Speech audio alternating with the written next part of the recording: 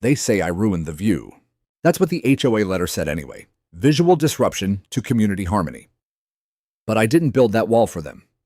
I built it for my daughter, for our dog, for the little patch of peace we call home. They didn't see the rain forecasts the way I did. They didn't see the creek behind our fence creep a few inches higher every storm.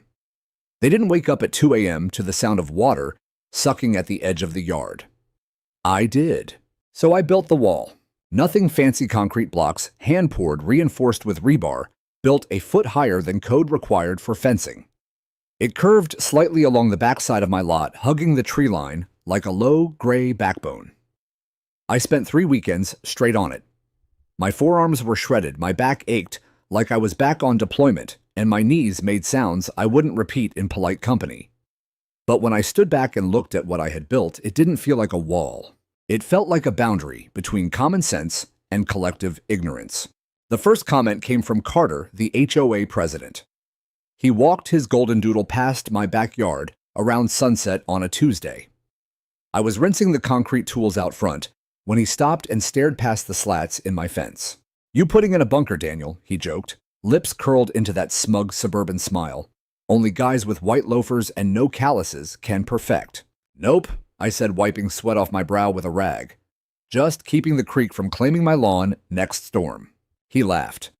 "Bit overkill. Don't you think FEMA's not exactly issuing tsunami warnings for the cul-de-sac?" I didn't respond. I didn't need to. The man wouldn't know a water table if it flooded his Lexus. By Thursday, the neighborhood gossip machine kicked into gear. Shelby, the board secretary and queen of the Nextdoor app, posted a blurry photo of my wall taken through her upstairs bathroom window with the caption, "Unapproved structure, ugly and unsafe, discuss." By Friday, I had 3 anonymous complaint notes shoved under my door. And by Monday, I got the first official letter from the HOA Compliance Committee. It was printed on heavyweight paper, sealed in a folder, and slid into my mailbox like it was delivering a final verdict instead of a first warning. They cited my unauthorized landscape alterations, noted I was in violation of Article 4, Section 12, and gave me 14 days to remove the structure or face a $200 per day fine. I sat on my porch reading it while the morning sun glinted off the dew on my unfinished corner of the wall. I felt a familiar tightness form in my jaw, a holdover from my Army days when commanding officers made decisions from behind desks without ever seeing the ground. They wanted me to tear it down, but they hadn't stood ankle-deep in floodwater on a lawn that used to be dry. They hadn't watched the gentle trickle of East Briar Creek turn into a swollen menace after 3 straight days of rain. I had, in October, twice in the last year. My neighbor across the back fence, Tomas, waved at me while loading mulch into his wheelbarrow. He was one of the few folks around here who didn't treat HOA rules like commandments, etched in stone. He nodded toward the wall. "You building that for the flood?" he asked. "Yep." "Smart," he said, shaking his head. "They're gonna hate it." "They already do." He chuckled and went back to his yard work. That night, I pulled out the folder I kept tucked in the back of my desk drawer. Service records, engineering specs, old floodplain maps, and a thick packet of FEMA risk projections I had printed last summer. I highlighted everything relevant, then typed up a formal response letter to the board. It wasn't angry, just firm, clear. I told them I wasn't building a structure. I was installing an emergency water redirection barrier in accordance with FEMA guidelines. I cited the number. I attached copies. I included photos of the last flood that nearly breached my fence line. I stated I was exercising my right to protect my property from environmental threats not being addressed by the HOA's maintenance of the common drainage zones. I mailed it, certified. 2 days later, Carter showed up unannounced on my porch, Starbucks cup in hand, and a strained smile stretching his face like a rubber band near snapping. "Daniel," he began, "got your letter." "I know." He shifted. "Listen, I get it. Really. But this isn't about safety. It's about aesthetics, harmony. We can't have every homeowner building their own personal fortress, right? Is that what this is to you?" I asked, nodding toward the wall. "A fortress." He chuckled. "Well, come on, it's a bit intense. Don't you think it sends the wrong message?" I leaned forward. "The only message I'm sending is that I'm tired of waiting for you to fix the drainage issues you've ignored for years. If the board won't act, I will." Carter's smile faded. "You're making this harder than it has to be." I held his gaze. "No, I'm making it safe." He left without finishing his coffee. I kept building. Every day after work, I laid more concrete, tamped gravel, set rebar, mixed mortar until my hands cracked. Neighbors stopped making eye contact, except Tomas. He brought over his extra bags of Quick Ret one Saturday and helped me finish the far corner. When I finally poured the last layer of sealant, it was the night before another storm, a real one.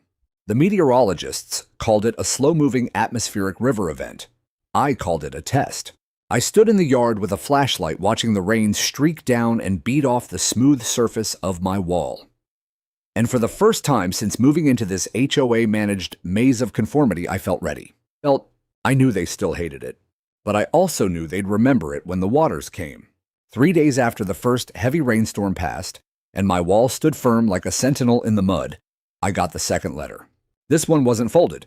It came in a manila envelope delivered by hand, not post, slipped into my screen door like a summons. The HOA seal stamped in glossy blue at the top. I knew before I even opened it that the contents weren't going to be friendly. I was right. Notice of continued violation. Final warning before fines begin. They weren't just posturing anymore. They meant to punish me. The letter accused me of ignoring prior communication, stated that my unauthorized structure created visual disharmony with the surrounding lots. And this was the kicker, posed potential liability to the HOA in the event of structural failure. They cited a new section I hadn't seen before, something they claimed had been amended at the last board meeting. I didn't remember seeing a notice for any amendment vote. Then again, that was part of the HOA's game. They changed the rules while you were still playing. They counted on people being too tired, too busy, or too polite to fight back. I used to be one of those people. Not anymore. I sat on the porch again this time with a copy of the new letter spread across my knee and a yellow legal pad in my lap. The sky above still smelled like rain, and the ground squelched under my boots every time I stood up. The storm had left a ring of wet leaves tangled along the bottom of the wall, like some kind of earthy wreath. Beyond it, my lawn was dry. Tomas came by with a wheelbarrow full of gravel, waving as he approached. "They leave you another love note?" he asked. I lifted the letter like a flag of surrender. Round 2. He chuckled, but the humor didn't reach his eyes. They're escalating. "Yep. You gonna take it down?" I didn't answer right away. Instead, I reached behind the porch chair, pulled out a binder, and handed it to him. Inside were photocopies of city ordinances, FEMA technical bulletins, and photos from my military deployments, particularly a shot of a flood wall we built in Mosul during the spring thaw. He flipped through them silently. "You know what you're doing," he said after a while. "I've always known," I replied. "They just don't want me reminding them of what they've ignored." Later that afternoon, I sent a certified letter back to the HOA. In it, I restated my position. I highlighted their failure to maintain the community drainage plan, cited the runoff redirection they caused by paving over old swales and culverts, and included photos showing standing water on the east end of the neighborhood, the part where they'd built decorative brick paths where trenches used to be. I attached a map with elevation overlays showing exactly how water flowed downhill from their so-called beautification project straight into my backyard.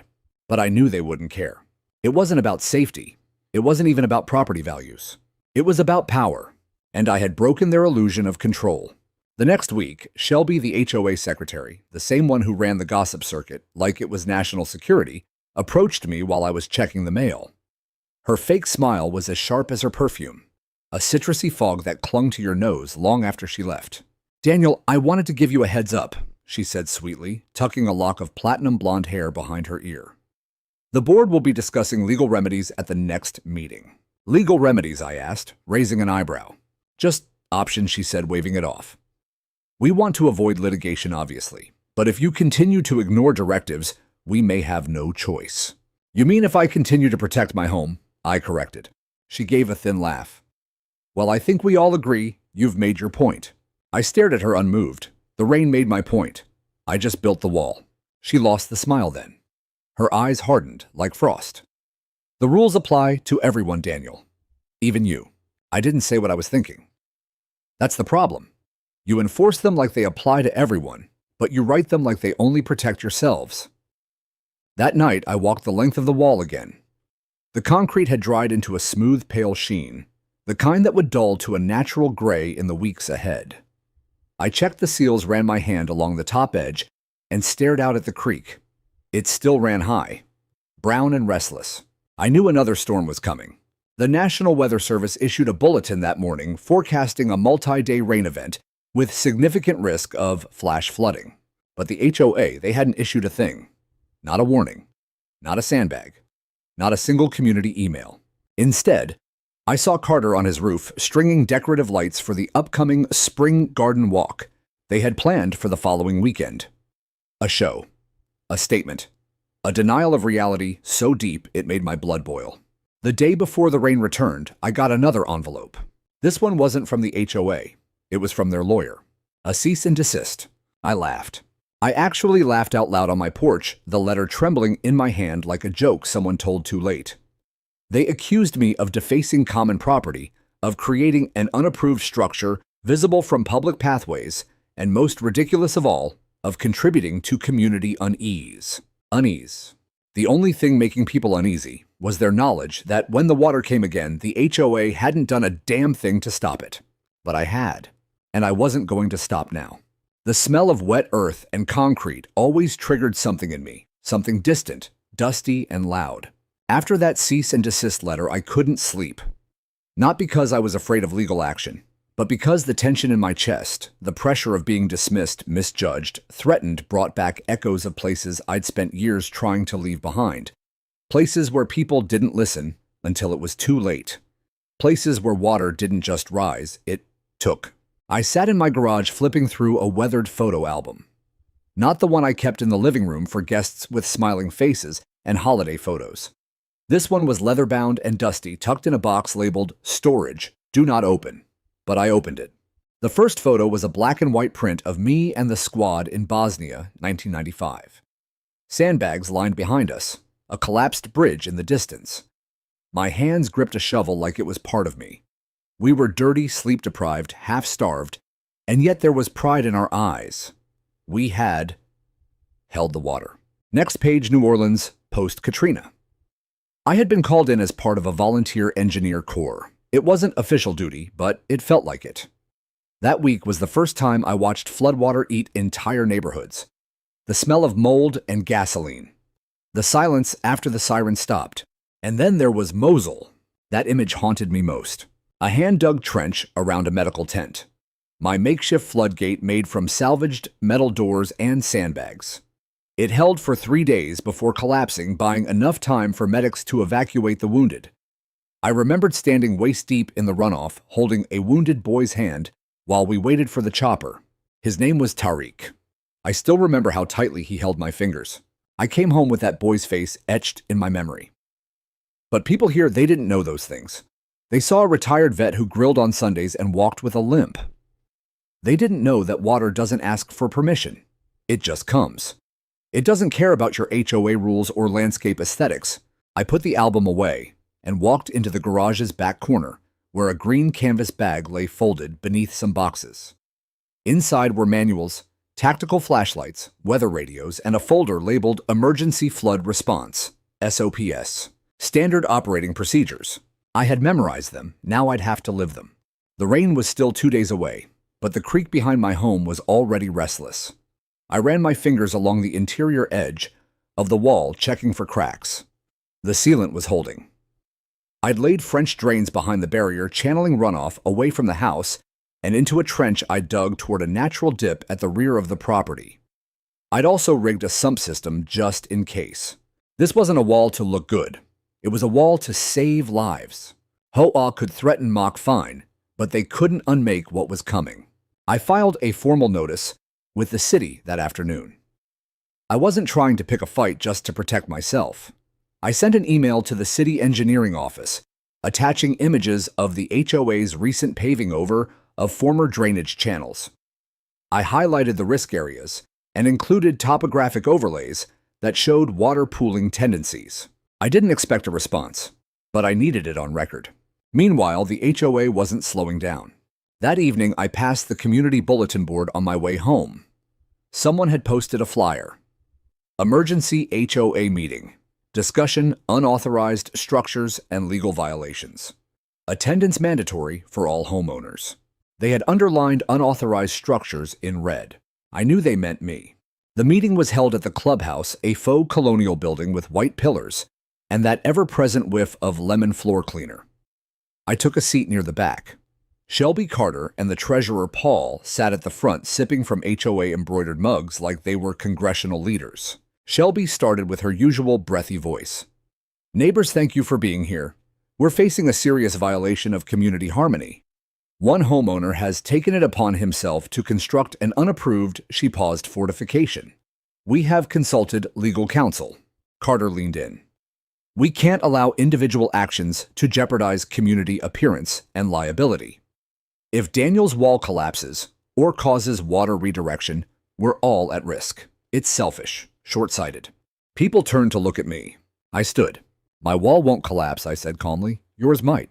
Gasps. "Excuse me," Carter snapped. "I submitted floodplain maps, engineering specs, and warnings to the board 2 years ago. You paved over natural drainage. You ignored FEMA risk categories. My wall exists because I know what's coming. I've seen what floodwater does when people wait." Shelby frowned. "There's no official flood warning in our area because the state reclassified this zone from moderate to minimal 10 years ago based on outdated models. Since then, we've had 300-year floods in this region." Paul mumbled something about overreacting. I looked around the room. This isn't about reaction. It's about preparation. You mock me now. But when the water comes, and you'll wish you had built walls too. The room fell quiet. They didn't applaud, but they didn't laugh either. I walked out before the meeting ended. That night, a thunderhead formed on the horizon. And I knew what it meant. Every inch of my body remembered. Every part of me that had ever held a shovel, packed a sandbag, or pulled a child from the mud knew what was coming. I didn't need HOA approval. I had something stronger. Conviction.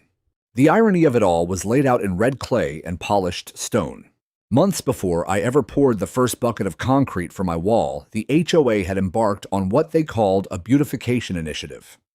Carter pitched it during one of the quarterly meetings, standing beneath a slideshow filled with drone shots and the kind of inspirational music you'd hear in a tech startup commercial. "Reclaiming the elegance of our walkways," he called it. "Replacing decades-old gravel drainage lines with sustainable decorative brick promenades." It was the dumbest idea I'd ever heard, but it passed unanimously. The HOA had voted to cover over the existing stormwater trenches, narrow gravel-lined channels that used to run along the backs of several properties, including mine, with solid surfaces. To improve pedestrian aesthetics, they paved right over them, put planters on top, strung fairy lights, called it the path of reflection. Reflection, my ass. They didn't even consult a civil engineer, not a hydrologist, not a soil scientist, nothing. I know this because I asked. Shelby rolled her eyes and told me the contractor was a landscape visionary and that drainage wasn't the board's primary concern. I still remember standing at the edge of that path, watching the contractor's crew pack the crushed limestone into the old trench, burying years of natural water flow beneath 3 inches of compacted substrate and red brick. I asked the guy in charge, some kid barely 30, if he'd checked the slope. He blinked at me. Slope. I almost walked away right then, but I didn't. I stayed. I watched them finish the job. And when they laid the final row of bricks, Carter and Shelby clapped like they'd unveiled a damn monument. What they'd really done was plug a vein in the neighborhood's drainage system. After every storm since then, I noticed changes. Puddles where puddles never formed. Water pooling behind fences. The creek rising faster than it used to. The earth behind my property staying soggy 2 days longer than normal. I documented everything. I took time-stamped photos,